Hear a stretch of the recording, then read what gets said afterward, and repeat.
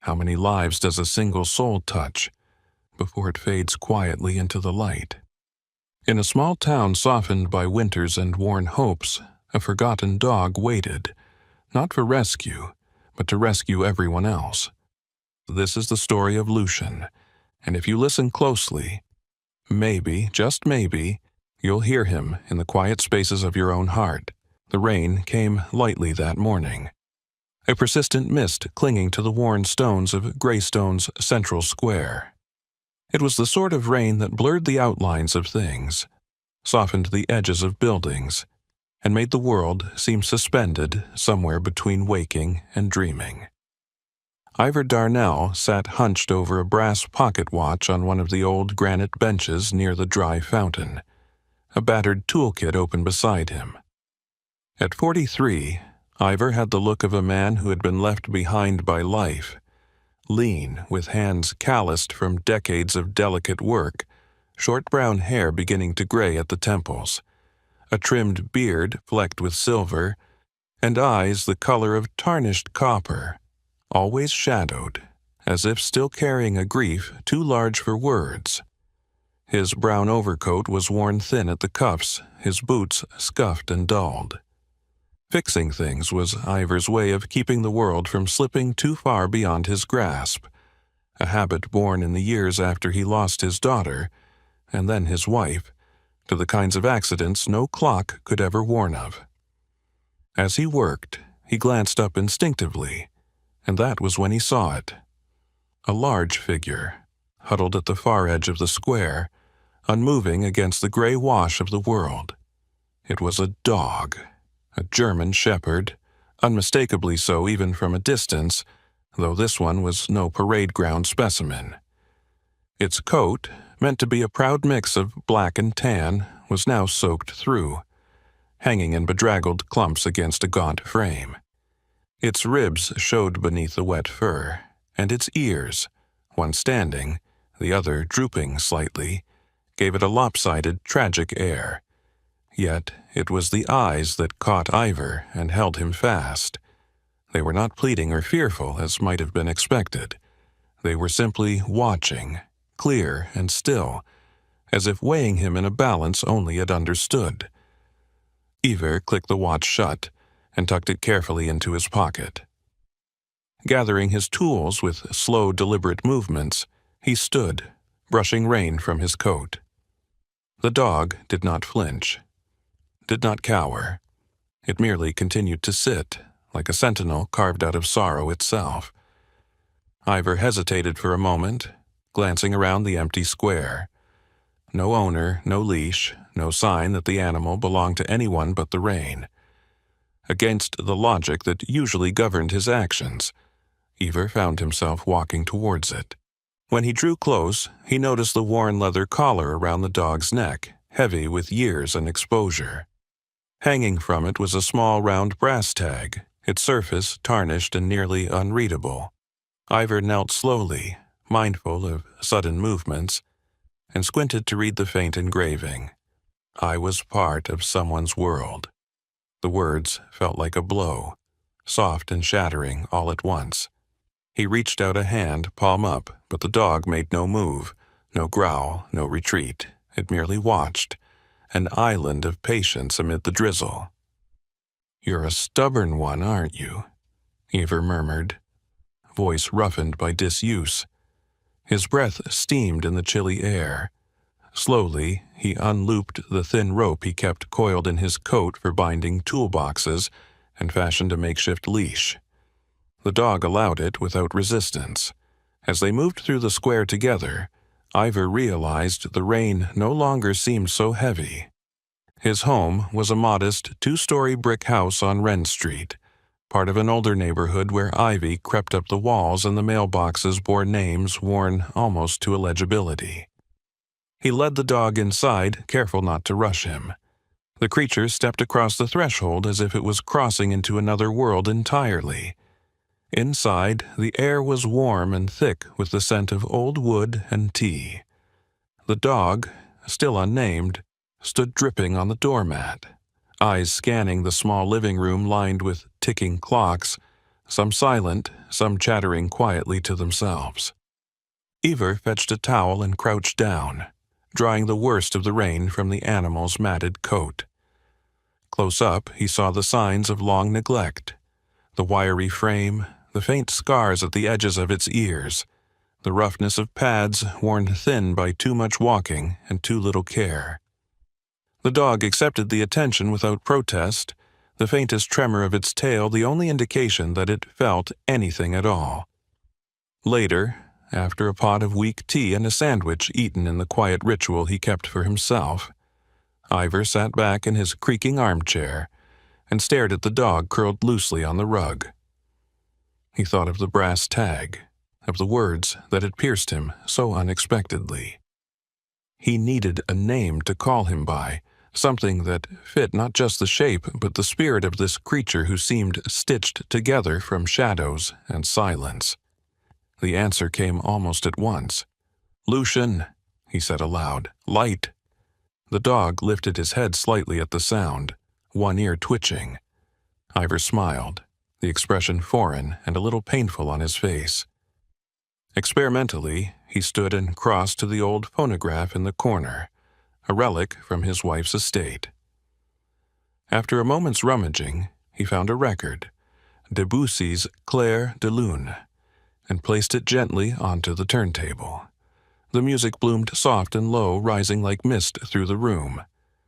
Lucian's ears perked. His tail, almost imperceptibly, thumped once against the floor. That single, almost accidental response was enough. Ivar pulled his chair closer to the rug, settled in, and let the music and the silence knit themselves into a kind of tentative peace.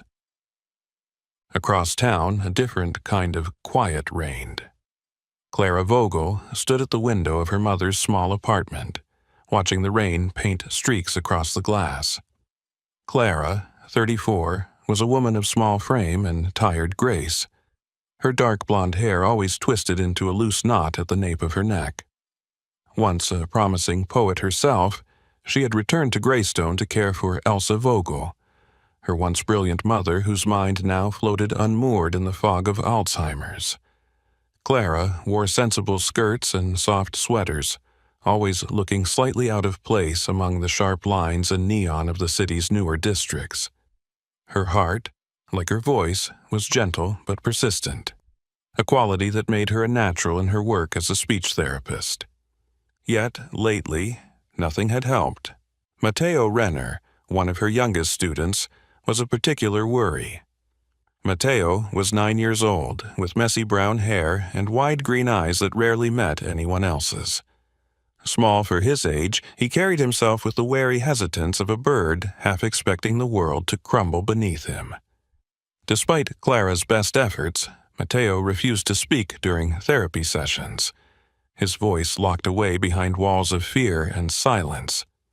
That evening, as she prepared lesson plans she feared would be futile, Clara caught herself wishing for a miracle, something, anything, that could breach the distance growing between her and the children she so desperately wanted to help. Unaware of the quiet, aching hope that had stirred elsewhere in the city, Ivar poured a second cup of tea, glanced at Lucian, and thought maybe, just maybe, some things broken beyond repair could still find their way back to the light. And for the first time in what felt like years, he left the living room light on when he went to bed. The morning light slipped through the cracks of the curtains in Ivar Darnell's living room, casting thin golden ribbons across the worn rug where Lucian lay curled, breathing in slow, steady rhythm. Ivar sipped his tea in silence, the familiarity of this new presence in his home unsettling in a way he couldn't quite define. After a while, he reached for the collar still hanging loosely around Lucian's neck. It was an old thing, battered by years of weather and indifference. The brass tag dulled to a shade barely distinguishable from the leather. Curious, Ivar fetched his magnifying glass from the side table, a heavy, brass-framed relic he had used countless times for fine watch repair, and brought it to the tag. Under careful examination, faint impressions emerged on the back, almost erased by time and wear. Squinting harder, he could just make out part of an address: 36L, Lane, Greystone. The rest was scratched beyond recognition. For a long moment he sat staring at it, the possibilities opening in his mind like a slowly unfurling map. A past, a place, a reason. Lucian, sensing the shift in mood, raised his head slightly, ears twitching. Ivor offered a small smile. "Looks like you came from somewhere, old boy," he murmured, tucking the tag carefully back into place. Later that day, the rain had slowed to a mist, and the streets glistened under the half-hearted sun when Ivor decided to take Lucian for his first real walk beyond the back garden. The city stretched around them, a patchwork of old-world charm and creeping modernity. Lucian walked at a measured pace beside him, leash slack, head low but alert. As they passed storefronts and cafes with steamed-up windows, Lucian remained largely indifferent until they reached the corner of Rennes and Laurier. There, set back from the street, was a boarded-up shop front, its once vibrant paint peeled into scabs by years of neglect. Above the door, faded lettering still clung stubbornly to the weathered wood: Greystone Book Nook. It must have been a bookstore, long abandoned now, its windows dusty and opaque. Without warning, Lucian stopped. Not a simple pause to sniff or inspect as most dogs would do, but a complete, resolute halt. His body tensed subtly, not in fear, but in something deeper, something like recognition. He sat down right there on the cracked sidewalk, eyes locked on the empty doorway as if waiting for someone to come through it. Ivor tugged gently on the leash. "Come on, Lucian." But the dog didn't budge. His gaze remained fixed, his breathing even. It took several minutes of quiet patience before Lucian finally stood, casting one last lingering look at the building before following Ivor back toward home. That night, as the clocks ticked like 100 tiny hearts around him, Ivor pulled out a worn leather journal and made a note.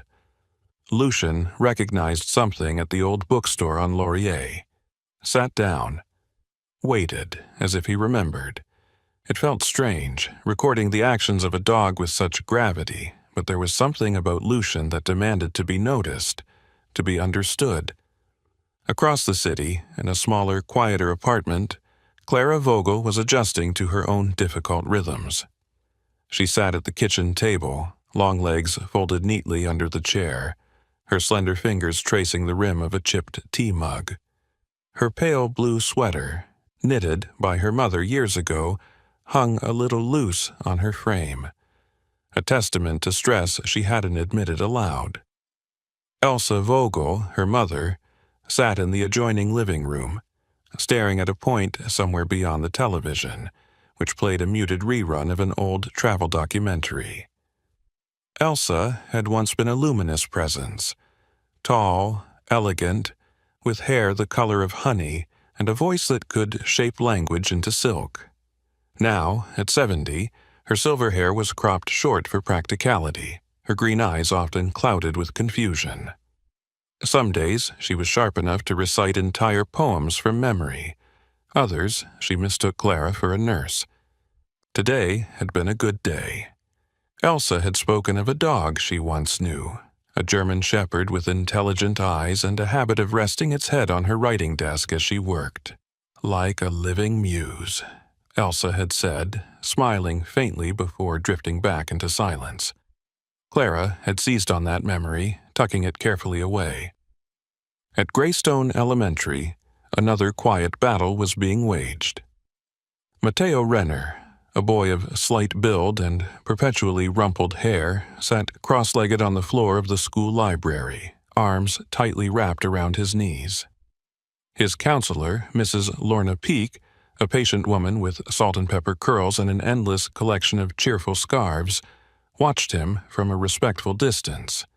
She had suggested Matteo attend the newly launched Read to a Dog session, where therapy animals helped anxious children practice speaking without fear of correction. Today was the first trial.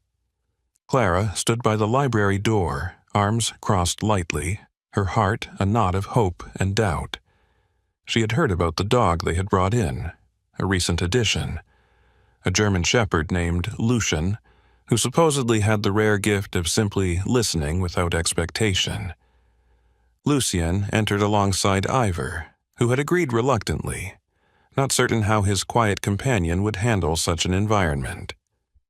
Lucian moved with that same deliberate grace.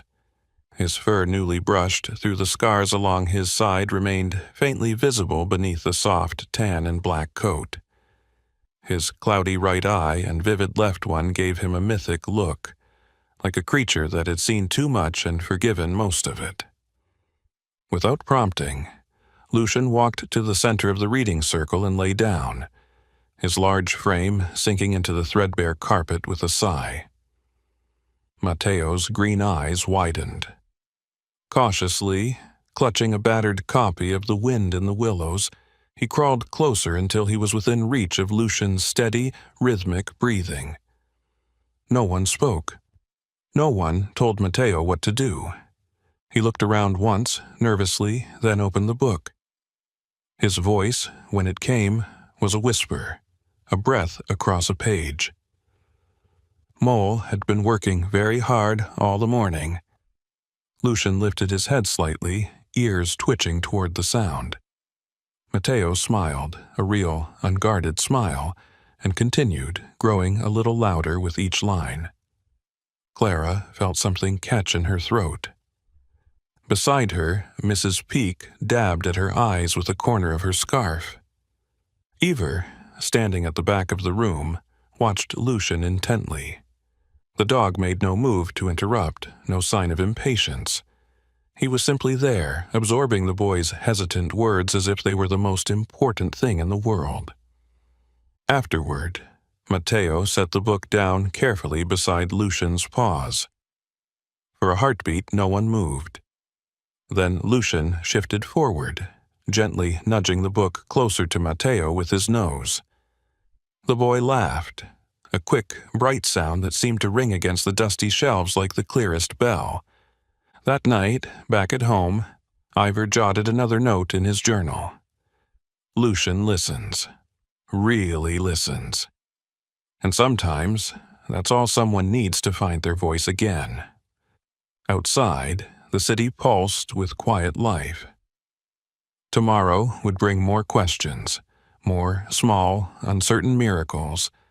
But for tonight, the world had tilted just slightly closer to the light, and somewhere deep in his chest, Ivor Darnell felt something begin to thaw. The morning broke cold and clear, the kind of crispness that made every sound sharper, every shadow cleaner. Ivor Darnell slipped the brass tag into his coat pocket, the faint address it bore pulling at him with quiet insistence. He wasn't certain why he felt compelled to follow it. Perhaps it was the look Lucian had given that closed bookstore, or maybe it was the simple, aching need to fill the gaps in the dog's silent story. Either way, he found himself driving out past the city's neat rows of houses into the quieter edges, where Greystone gave way to farmland and sprawling hedgerows. The address led him to a small, single-story house painted a weary shade of green, its shutters hanging crookedly, and a battered mailbox leaning sideways like an old man trying to stand against the wind. Lucian sat alert in the passenger seat, his left ear twitching now and then as if he sensed the weight of the moment. When Ivor pulled up the gravel drive and killed the engine, the dog emitted a soft breath that fogged up the window in a slow bloom. For a moment, neither of them moved. The front door creaked open. An old man stepped onto the porch. A tall, thin figure stooped slightly at the shoulders. His name, Ivor would soon learn, was Henrik Vogel.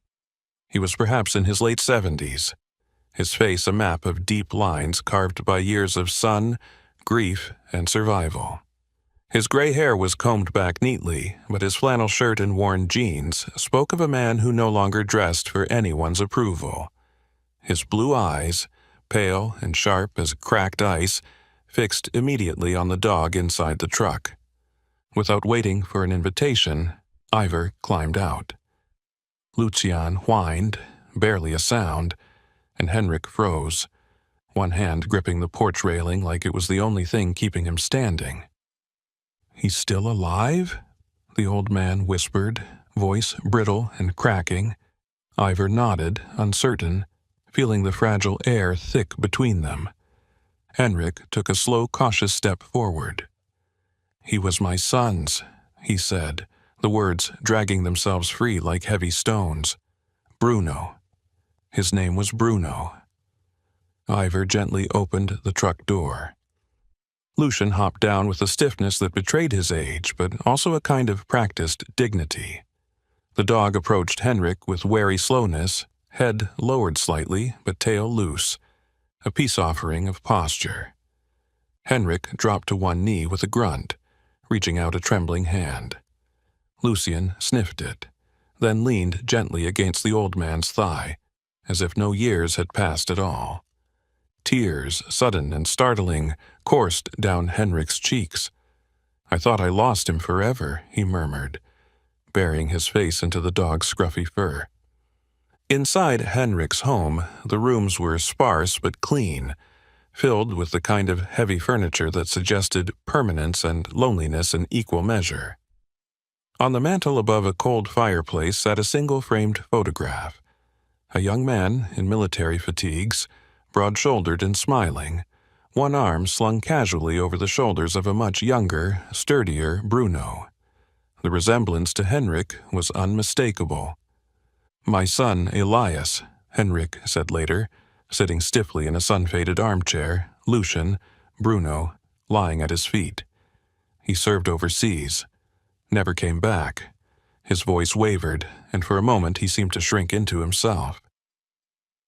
"After he died, I wasn't right. Bruno stayed with me for a while, but I wasn't enough. He needed someone to believe in, and I—" He trailed off, staring into a distance only he could see. Ivor understood more than he could say. Loss wasn't something you healed from. It was something you learned to live beside.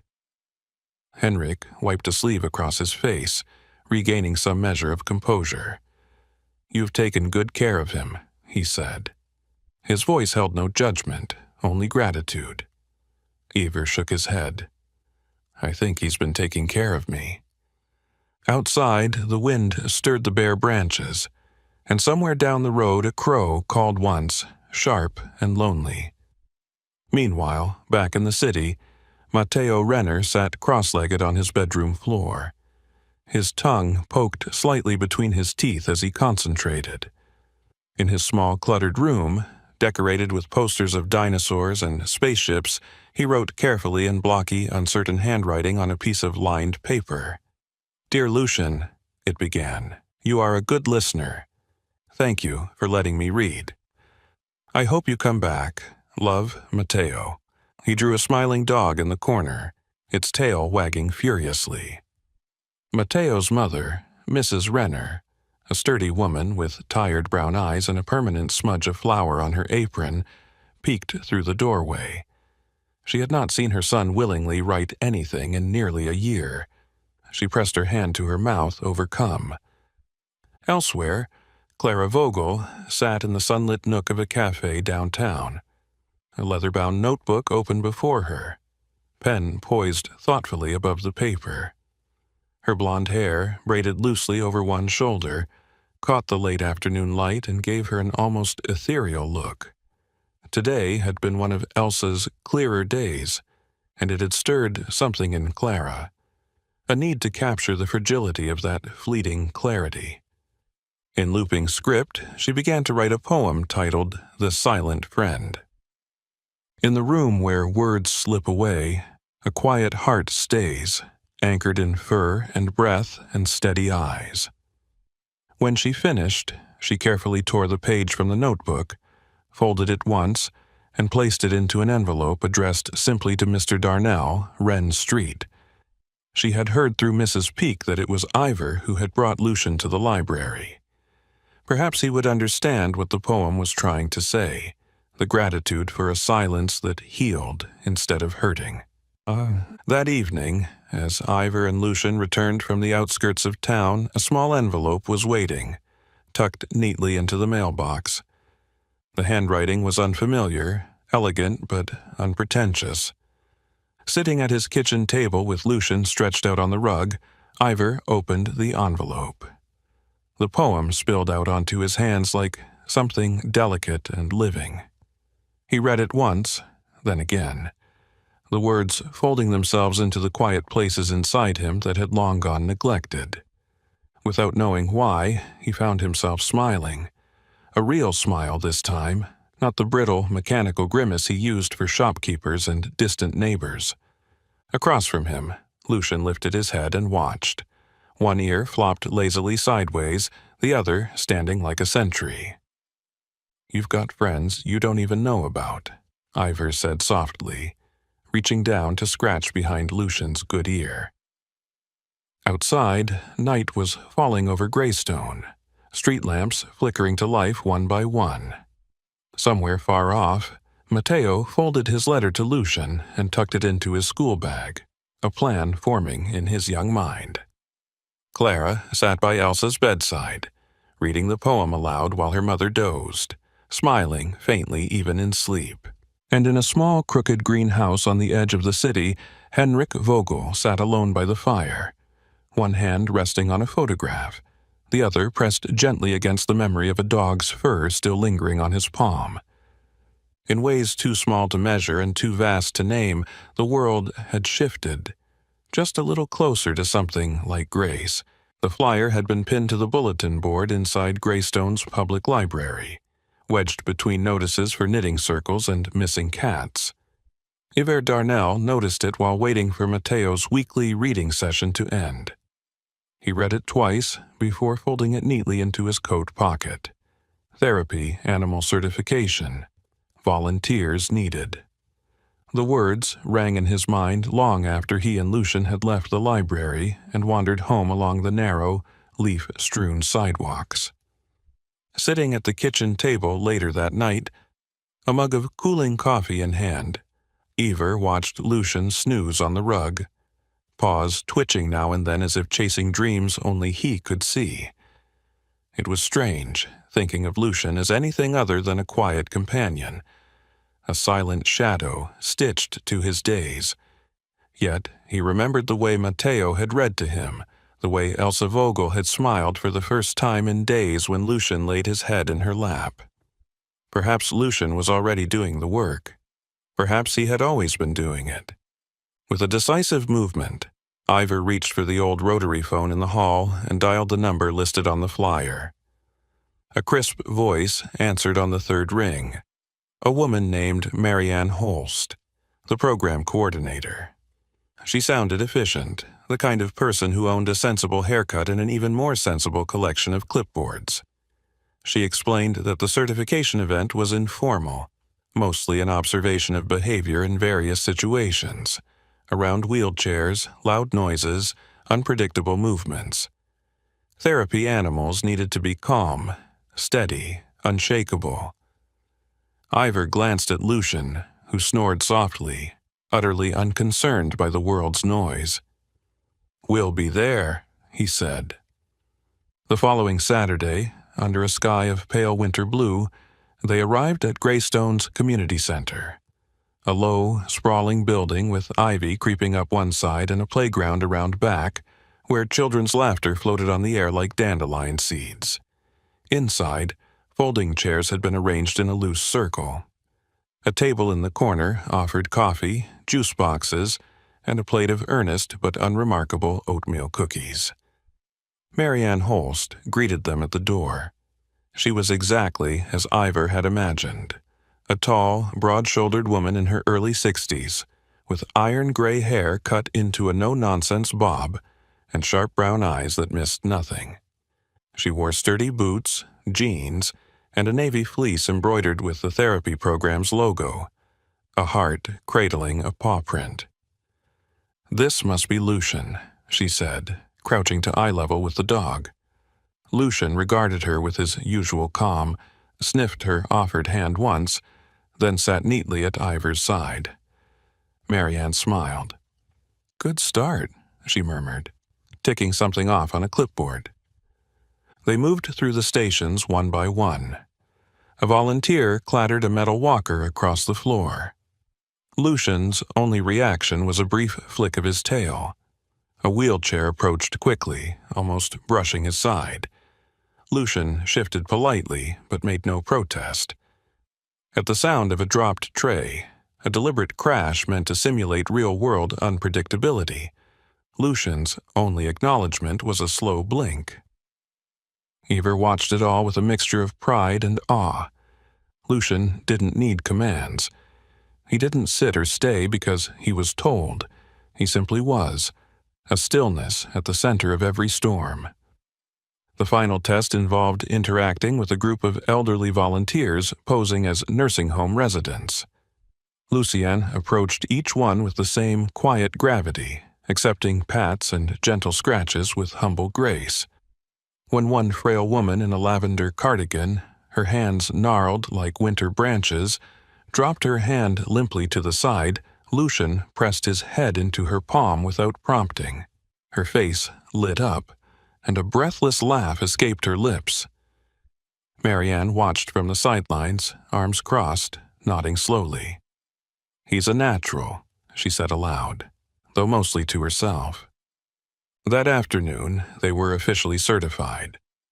Ivor received a paper certificate embossed with gold lettering, and Lucian was fitted with a soft blue vest bearing the simple words, "Therapy Animal, Greystone Community Program." Their first assignment came sooner than expected. The very next Wednesday, they were invited to the Willowcroft Senior Living Center, a place where silence often hung heavy between the walls, punctuated only by the slow drip of time. Elsa Vogel, fragile and lovely as pressed flowers, was among the residents gathered in the sunroom when Lucian made his first visit. Her pale blue eyes, often clouded with forgetfulness, sharpened the moment she saw him. Clara, standing nearby with a stack of poetry books clutched to her chest, smiled when she saw her mother's gaze soften. Lucian moved slowly among the residents, offering his quiet comfort. When he reached Elsa, he simply sat and stared into her face, waiting. No commands, no tricks, only presence. Elsa reached out a hand, brushing trembling fingers through his thick fur. Her voice, when it came, was a whisper, barely louder than breath. This one is like sunlight you can touch." Clara felt her heart crack open and rebuild itself in the space of a single heartbeat. Elsewhere in the center, tucked into a side lounge usually reserved for art classes, Matteo Renner unfolded a new page of his reading journal. He had taken to writing weekly letters to Lucian, now encouraged by Mrs. Peake to bring them to each session. Today's letter read, "Dear Lucian, you make the scary words smaller." "Thank you." Lucian, wearing his new vest like a quiet badge of honor, sat beside Matteo as the boy read aloud, voice still shaking sometimes but growing stronger with every page. After the reading, Mrs. Peake, a woman who favored oversized jewelry and floral scarves, knelt beside Matteo and Lucian. "You're doing really well, Matteo," she said warmly. "Do you know why?" Matteo thought about it for a moment, then answered, serious as a judge. "Because he listens with his whole heart." Later that week, Clara invited Ivor and Lucian to join her creative writing class, a small group of residents and visiting family members who met every Thursday afternoon in a room overlooking the center's modest garden. The idea was simple. Write whatever came, without worrying about structure or form. Let the heart speak and the hands follow. Elsa sat among them, bundled in a cardigan that had once been bright yellow but now faded to the soft color of old honey. In front of her was a clean sheet of paper, a pen, and Lucian lying peacefully at her feet. For a long time, she didn't move. The pen lay untouched. Then, without ceremony, she picked it up and scrawled a single line in uneven, looping script. Sometimes you don't have to remember, you only have to look. Ivor, sitting quietly in the corner with Lucian, felt his throat tighten. Clara caught his eye across the room, and for the first time since they met, something unspoken and tender passed between them, a recognition of quiet battles fought and won with no fanfare at all. That night, as Ivor sat by his kitchen window, watching the last scraps of sunset fade into indigo, he opened the notebook where he had started recording Lucian's journey. He added a new entry: certification achieved, mission ongoing. Sometimes all you need to heal is someone who knows how to sit with you in the silence. Lucian, sensing the shift, lifted his head from his paws and wagged his tail once, slow and certain, as if agreeing with every word. And somewhere across the city, in a quiet bedroom, Matteo Renner dreamed of standing on a stage, reading aloud to a room filled with dogs and stars and every voice he had ever been afraid to use. The shift was so gradual that Ivor might have missed it, had he not built his life around the careful noticing of small things. It wasn't just that Lucian slept longer, or that he took a moment longer to rise from the rug each morning. It was the way he moved now, deliberate and careful, as if each step required silent negotiation with a body that once obeyed without question.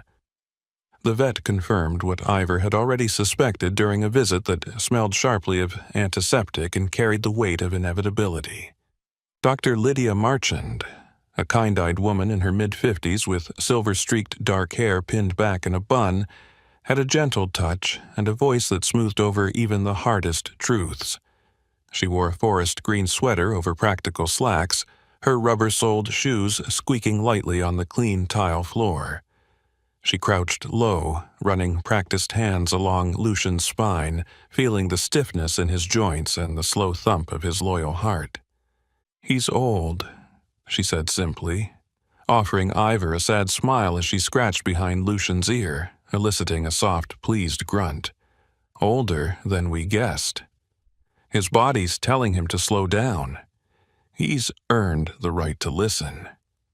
On the drive home, Ivor kept glancing at Lucian curled in the passenger seat, his cloudy eye half-lidded but alert, the wind from the cracked window ruffling the fur around his ears.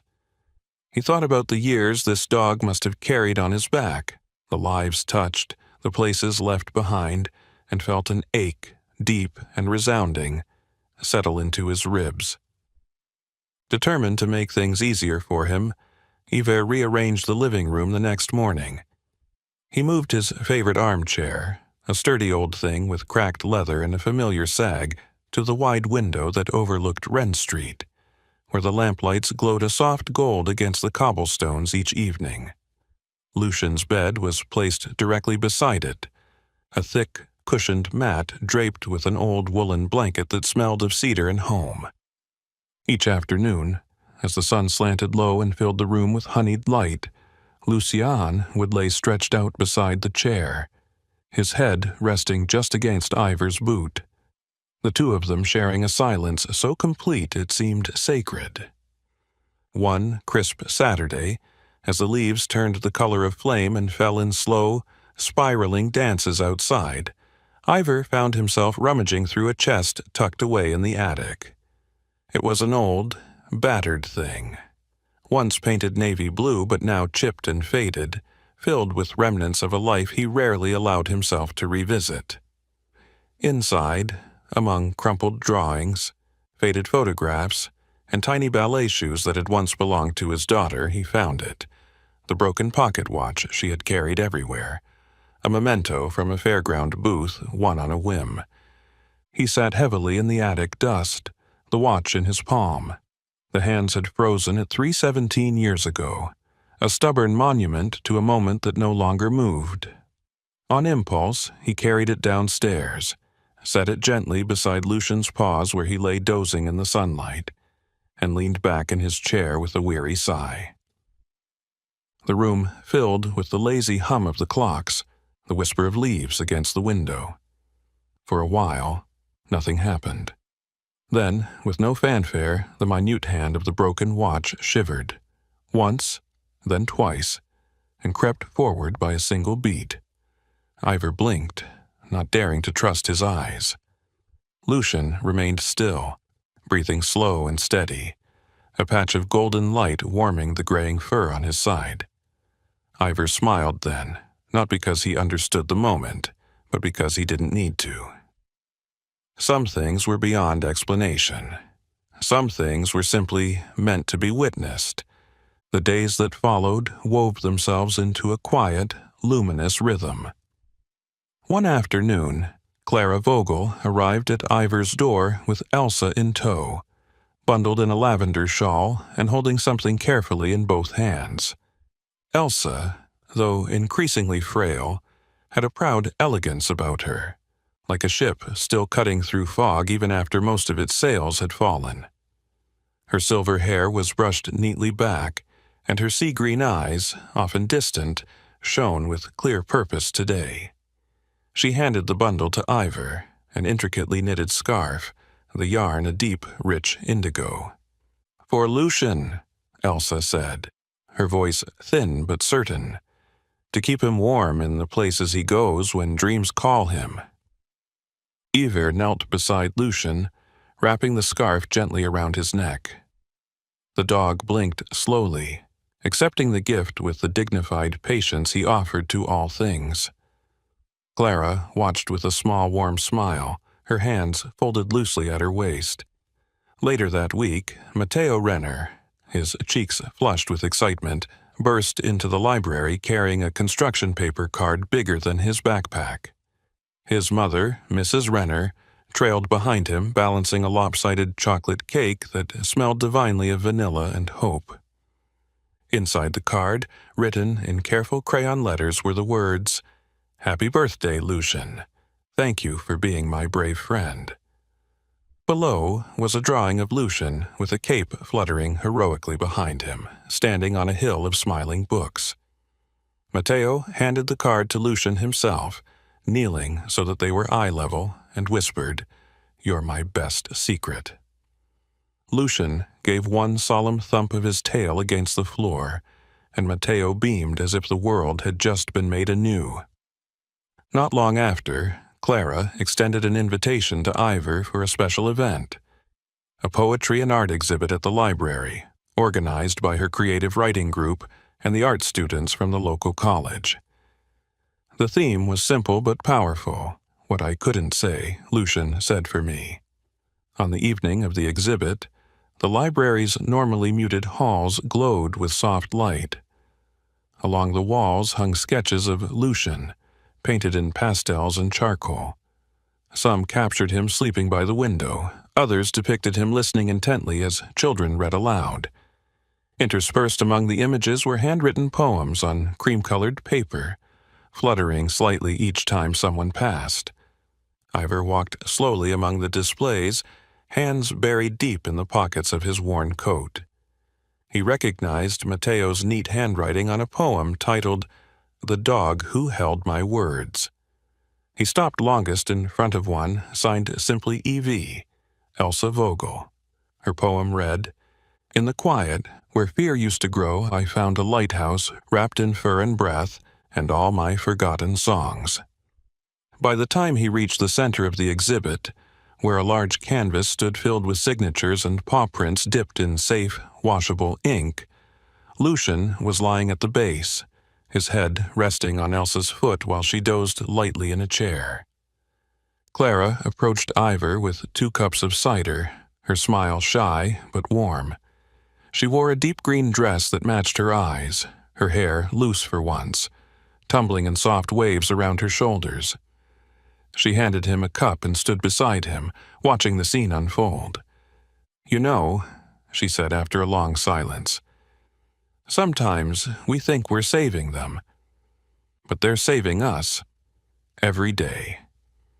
Ivor nodded, feeling something inside him settle into place, an anchor against the drift of old grief. That night, after the lights dimmed and the laughter faded, Eva and Lucian returned home to their quiet house on Wren Street. Lucian settled into his bed by the window without a sound, the scarf Elsa had knitted still tied loosely around his neck. Eva watched the city's lights shimmer beyond the glass, the soft tick of the clocks like a steady heart beating against the silence. He picked up the once broken watch and smiled when he saw the hands still moving, slow and certain, like forgiveness.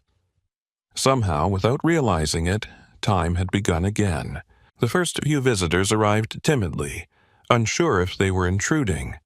At first, it was just Mrs. Delaney from 2 streets over, a petite woman with a cloud of white hair and an eternal smell of cinnamon about her. She carried a basket of scones wrapped in a red-checked cloth, and after standing uncertainly on the porch for a full minute, she finally knocked. When Ivor opened the door, Lucian padded to his side without a sound.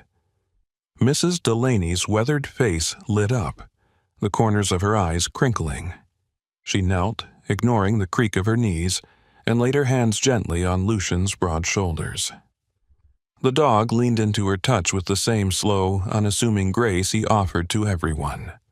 "My daughter," Mrs. Delaney said softly, almost to herself. "Hasn't slept through the night since the accident. But after she visited you two at the library and petted this good boy here, she slept like she did when she was little." She left the basket on the porch table with a handwritten note tucked under the cloth. "For the one who brings dreams back." Word spread in ways neither Ivor nor Lucian fully understood. It wasn't the newspapers or radio shows, though eventually those would come. It was whispers in grocery store aisles, murmured conversations in the pews of old stone churches, and the slow, steady power of stories passed from hand to hand like river stones. Soon, the porch of Ivor's home on Wren Street became a kind of quiet pilgrimage site. Strangers came carrying paper cups of coffee, homemade bread, knitted scarves, and shy smiles. Some stayed only minutes, some lingered, but all of them found their way to Lucian, kneeling, crouching, or simply sitting cross-legged on the porch floor to run their fingers through his thick fur. Lucian accepted it all, his body still and welcoming, his cloudy right eye half-closed in patient blessing. If the crowds grew too large or the day wore too long, he would simply retreat to the patch of shade beneath the hydrangea bush, and everyone, without needing to be told, would sit a little farther back, whisper a little softer. Across town, inside the modest classroom where hope fought its quiet battles every day, Matteo Renner stood before his classmates. His small hands clutched the edges of a laminated poem titled "The Dog Who Listens." The other students, a squirming, lively mass of 9-year-olds, sat cross-legged on the reading rug. Mrs. Peake perched nearby, her floral scarf slipping from one shoulder as she leaned forward, not daring to interrupt. Matteo's voice trembled at first, a thin thread barely strong enough to carry the words. But Lucian's memory was there too, invisible but solid as stone, and slowly Matteo found his strength. One sentence, then another. 5 complete sentences in all. Each one a quiet victory shouted in the beating hearts of everyone who listened. When he finished, the room erupted in soft, careful applause, the kind meant for fledgling things finding their wings. Mrs. Peake brushed a tear from her cheek and whispered, "He did it, Lucian. He did it." At Willowcroft Senior Center, Elsa Vogel sat near the window, her body a fragile silhouette wrapped in the gentle hues of afternoon light. Her mind, however, had slipped deeper into the misty waters of forgetfulness. Some days she recognized no one. Some days even her own name felt like a distant bell. But whenever Lucian entered the room, Elsa's face would soften into something unmistakably warm. She would smile, a soft, knowing curve of her lips, and reach out her hand as if greeting an old friend. She no longer spoke Lucian's name, but the connection required no words. In a world of vanishing memories, Lucian remained a constant, a lighthouse steadfast against the rising tides. Clara Vogel, standing often at a quiet distance, watched these moments unfold with a heart simultaneously breaking and mending. She saw the way her mother's hand found Lucian without hesitation, the way her shoulders, usually tense and curled inward, would relax just slightly, as if shedding invisible weight. One evening, after a session at the library where children had read aloud and drawn pictures of Lucian wearing superhero capes and golden crowns, Clara found herself sitting beside Ivor on the worn wooden steps of his porch. The night air was cool, carrying the faint scent of rain and fallen leaves. Ivor, in his usual brown coat, looked older in the half-light, the deep lines at the corners of his mouth softer, the burden in his eyes a little lighter. Lucian lay at their feet, head resting on his paws, his breathing slow and even. For a while, they said nothing. The comfort of shared silence was a language all its own. Finally, Clara spoke, her voice low and thoughtful. People think we need grand gestures to heal, big miracles, loud changes. But sometimes, she trailed off, reaching down to stroke Lucian's side. Ivor tilted his head slightly, inviting her to finish.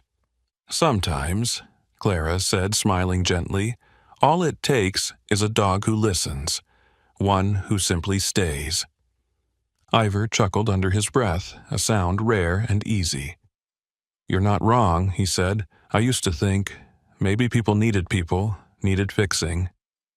And now? Clara asked, turning her face toward him. Ivor looked down at Lucian, whose tail gave a small sleepy thump against the porch floor. Now, I think, he said slowly, people need each other, sure. But sometimes to start, just sometimes, a dog is enough. Clara laughed softly, a sound that felt like spring breaking through winter. She bumped her shoulder lightly against his, and he, surprised, allowed himself to lean back into the touch. Above them, the stars blinked into existence one by one, patient and steady, the sky stretching wide and endless over Greystone. Inside the house, sitting on the windowsill beside the ticking clocks, lay a basket brimming with notes and letters from strangers. Words of gratitude, hope, remembrance, all written because one dog had decided to sit quietly beside them. Lucian stirred once, opened his good eye, and then settled again, content in the knowledge that the work of healing, like the best kinds of magic, needed no fireworks. Just presence, just patience, and maybe, just maybe, a little bit of love, too. It happened on a morning touched by silver mist, when the world outside the windows of Wren Street was muffled and slow, as if the city itself had paused to listen. Ivor Darnell awoke with a start, sensing rather than hearing the silence that had settled differently over his home. He swung his legs over the side of the bed and moved carefully, muscles stiff with age and worry. In the living room, the familiar scene waited. The armchair angled toward the wide window, the rug worn soft by years of patient pause, the morning light just beginning to stretch its fingers across the floor. And there, nestled by the chair where he always belonged, was Lucian. The old dog lay curled, the indigo scarf Elsa had knitted still looped loosely around his neck. His body was utterly still, save for the faintest lift and fall of his chest. One breath, another, and then none. His head rested against Ivor's boot, as it had so many times before, his cloudy eye closed, his good eye half shuttered in a final, peaceful doze. Ivor knelt down slowly, resting his calloused hand against Lucian's side. There was no warmth now, but there was no fear either, only a profound stillness, so deep and vast it seemed to hum in the air.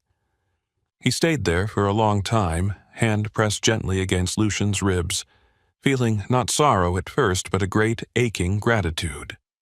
This dog, this silent bearer of wounds and wishes, had chosen to spend his last breath close, tethered not by commands or duty, but by love. When at last he rose, it was without rush or panic. The day had its own sacred slowness. Iver fetched the soft woolen blanket from the couch, the one that had always carried Lucian's scent, and wrapped him carefully, reverently, as one might cradle a sleeping child. In the backyard, beyond the vegetable garden, now sleeping under autumn's breath, stood the ginkgo tree. It was a broad, ancient thing, its golden fan-shaped leaves just beginning to carpet the ground in a soft, dappled quilt. Beneath its sprawling branches, Iver dug. His hands moved steadily through the cool earth, the spade turning over dark, rich soil. Neighbors, who might have passed on morning walks, stayed away without needing to be asked, sensing the unspoken ceremony unfolding in that small yard. When the grave was ready, Iver carried Lucian to it, laying him down with the same tenderness he had once reserved for his daughter's cradle. He placed the indigo scarf alongside him, smoothing it flat. Then, resting at the head of the grave, he sank a small stone marker into the earth. Hand-carved, simple, enduring. It bore 2 lines. "If you're reading this, I was part of someone's world. And now I always will be." Iver stood for a long time afterward, his hand resting on the stone, his heart heavy but not broken. Above him, the ginkgo leaves whispered in the slow language of wind and memory. In another corner of Greystone, Matteo Renner prepared for school with a quiet solemnity. His mother, Mrs. Renner, watched from the doorway, clutching a coffee mug between her hands. Matteo, now more sure-footed in his own skin, tucked his newest treasure into his backpack, a small stuffed dog he had named Lucian, stitched from brown and black fabric, with a single button eye sewn on just a little crooked. At school, when Mrs. Peake called for the morning sharing circle, Matteo stood up with his stuffed Lucian clutched to his chest. His voice didn't tremble anymore. It wasn't loud, it would never be loud, but it was clear. "I want to read something," he said. He read from his notebook. 5 whole sentences about bravery, about finding your voice even when it felt easier to hide. The class listened, rapt, and when he finished, a boy named Felix leaned over and whispered, "Your dog must be magic." Matteo smiled, tracing a finger along the worn seam of the stuffed animal. He was. At Willowcroft Senior Center, Elsa Vogel sat in the sunroom, her face turned toward the window. She had been slipping further into the fog these past weeks, her words growing fewer, her recognition of faces dimming like stars at dawn. Today, however, as Clara sat beside her, reading quietly from a worn poetry collection, Elsa stirred. She tilted her head, a soft frown creasing her brow, and looked into the empty space near the doorway. "Lucian?" she said clearly, voice fragile but certain. "Lucian. He's home now." Clara's hand flew to her mouth, tears springing unbidden to her eyes. She said nothing, only reached out and squeezed her mother's thin fingers gently. Elsa's gaze drifted again, but a small, serene smile lingered on her lips for the rest of the afternoon. Later that evening, Clara walked to Wren Street with a basket of chrysanthemums tucked under one arm. She found Iver standing under the ginkgo tree, the stone marker gleaming faintly under the porch light's warm spill. Without speaking, she set the basket down beside the grave. The flowers, pale yellow, soft as spun light, trembled slightly in the evening breeze. Iver turned, his eyes meeting hers. No explanations were needed. The hollow places in both of them recognized each other. Clara reached out first, her hand sliding into his with the ease of something long awaited. Ivor's fingers closed around hers, strong and trembling all at once. They stood together beneath the spreading ginkgo, the golden leaves drifting around them like blessings. Above, the stars blinked awake one by one, ancient witnesses to the quiet promises made that night. Lucian's presence remained, not in echoes or memories alone, but woven into the very fabric of their days, the way a song can linger in the bones long after its final note. And somewhere, in a small school library, in a sunlit senior home, in a boy's trembling hands and an old woman's soft smile, Lucien continued walking beside those he had once loved. Because once love is given, once truly seen, it never leaves. It simply finds new ways to stay. The first true snow of the season came in thick, lazy flakes, blanketing Greystone in a hush even deeper than Lucian's absence. Wren Street glowed under the weight of it, each lamp haloed in soft light, every rooftop softened into gentle curves. Ivor Darnell stood at the window, one hand curled around a mug of black coffee, watching the world reshape itself.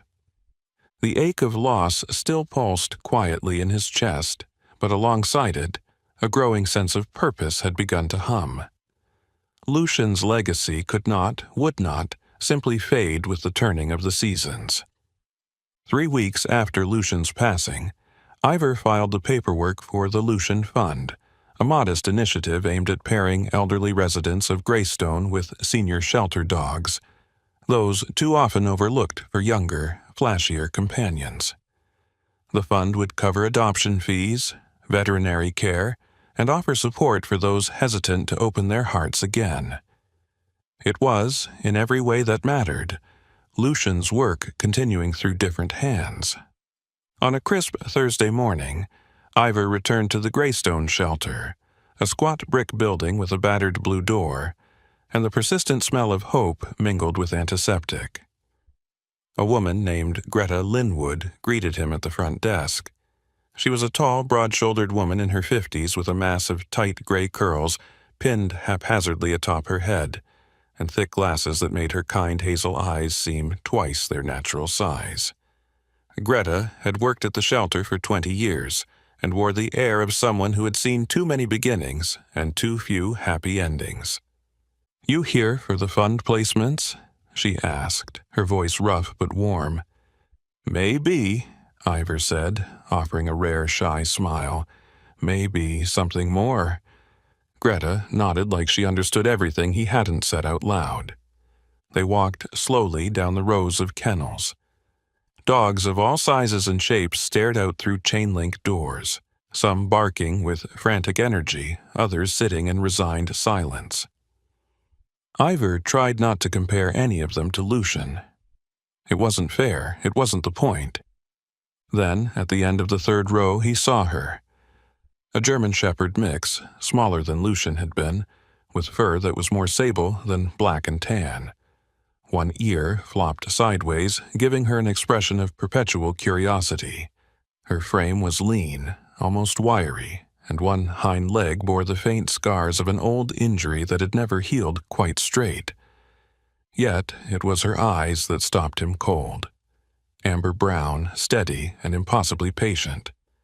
She didn't bark, didn't whine, she simply watched, as if weighing his soul in her gaze. Greta read the look on his face. "Her name's Wren," she said softly. "Found near the old rail yard, been with us 6 months. She's waiting for someone." Ivor crouched, his knees creaking, and extended a hand. Wren tilted her head, sniffed, then pressed her nose into his palm with a soft sigh. Not claiming, not pleading, just trusting.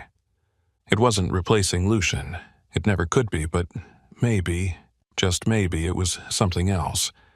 A continuation, the next verse in a song too beautiful to end abruptly. Back on Wren Street, a different kind of life was stirring. At the community center library, Clara Vogel opened the first session of her new creative writing class, titled Silence and Rebirth. The group consisted of young children, a few teens, and a scattering of elderly participants, all sitting around low tables cluttered with colored pens, worn notebooks, and cups of tea. Clara, dressed in a simple navy sweater and jeans, her hair pulled back into a loose braid, stood before them with the quiet confidence of someone who had seen sorrow and decided to build with it, not despite it. Her green eyes, so often shadowed before, now carried a kind of gentle steel.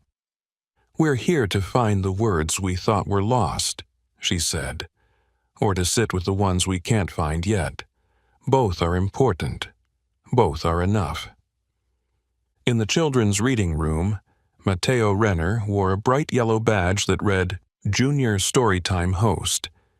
His messy hair stuck up at odd angles, and his new blue sneakers squeaked against the linoleum, but he stood tall, clutching a copy of the Velveteen Rabbit. Today, it was Matteo's job to welcome the younger kids, to read the first page, and to help them find books that felt like home. When a new boy, a small freckled thing named Jonah, arrived, clutching a battered stuffed dog that looked suspiciously like Lucian, Matteo knelt down to greet him. Jonah's hands trembled, but when he spotted Matteo's own stuffed Lucian peeking from his backpack, he smiled shyly. "This is my Lucian," Jonah whispered, voice cracking. "He makes my heart not shout anymore." Matteo grinned, wide and fearless now, and said, "Mine too." That afternoon, as the snow continued its steady fall, Ivor sat on the porch steps beside the newly repaired railing. Wren, the dog, curled up beside him, her breath puffing little clouds into the winter air. Across the yard, the ginkgo tree stood bare now, its branches skeletal but strong, reaching up toward a pewter sky. At the base, the stone marker gleamed clean and certain beneath a thin layer of snow. Ivor traced the words with a gloved hand, whispering them aloud. "If you're reading this, I was part of someone's world, and now I always will be." He sat back, watching as Wren rested her head on her paws, amber eyes half-lidded, content. Clara arrived just after sunset, her cheeks flushed from the cold, carrying 2 paper cups of cider. She handed one to Ivor without a word and sat beside him on the steps. They drank quietly, their shoulders brushing now and then. Above them, stars began to salt the sky. In the distance, faint laughter rose from the library, where Matteo was likely wrapping up another storytime session with an audience of bright, brave little hearts. "You know," Clara said after a long stretch of companionable silence, "you could do this forever if you wanted." "Do what?" Ivor asked. "Open your door, let them in.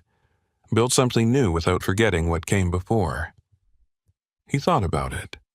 The porch full of strangers seeking comfort. The children finding their voices. The old woman smiling as if Lucian had just stepped through the door. And he thought about Lucian, never loud, never demanding, showing them all by simply existing that love doesn't vanish. It transforms. It continues. "I think," Ivor said, voice steady and sure, "I already have." Wren shifted, pressing her nose against his knee in silent agreement. The winter deepened around them, heavy with the promise of spring hidden somewhere beneath the snow. And there, under the broad stretch of sky, with hands wrapped around warm cups and hearts wrapped around warmer memories, they stayed. A man, a woman, a dog, a beginning, not an end. In the quiet corners of our lives, where the world rushes past and hearts grow tired from carrying invisible burdens, sometimes God sends us a miracle. Not in thunder or lightning, but in fur and soft breathing, in loyal eyes and silent companionship. Lucian was never just a dog. He was a whisper from heaven, a reminder that love does not need to shout to be real, that healing does not need to be loud to be true. Through Lucian, we saw that even in a broken world, there are still places where the light reaches. places where second chances are offered freely, places where silent prayers are answered in the warmth of a loyal gaze. It is not always in the grand moments that we find God's work. It is in the ordinary. A boy speaking his first full sentence. An old woman smiling after months of silence. A weary man finding new hope under a ginkgo tree. In every small act of kindness, in every quiet presence that stays when words fail, a miracle blooms. Lucian's story is a testament that God's grace often moves not through loud miracles, but through the steady, humble hearts willing to love and to stay. If this story touched your heart, if you too believe that silent kindness changes the world, please share this story with someone who might need to remember that love never truly leaves. Leave a comment below telling us about the Lucian in your life, the silent gift that made your world brighter. Subscribe to our channel to discover more real stories that prove miracles still walk among us, sometimes on four paws. May God bless every heart that loved, every heart that healed, and every heart still waiting for its silent miracle. May you find your Lucian or become one for someone else.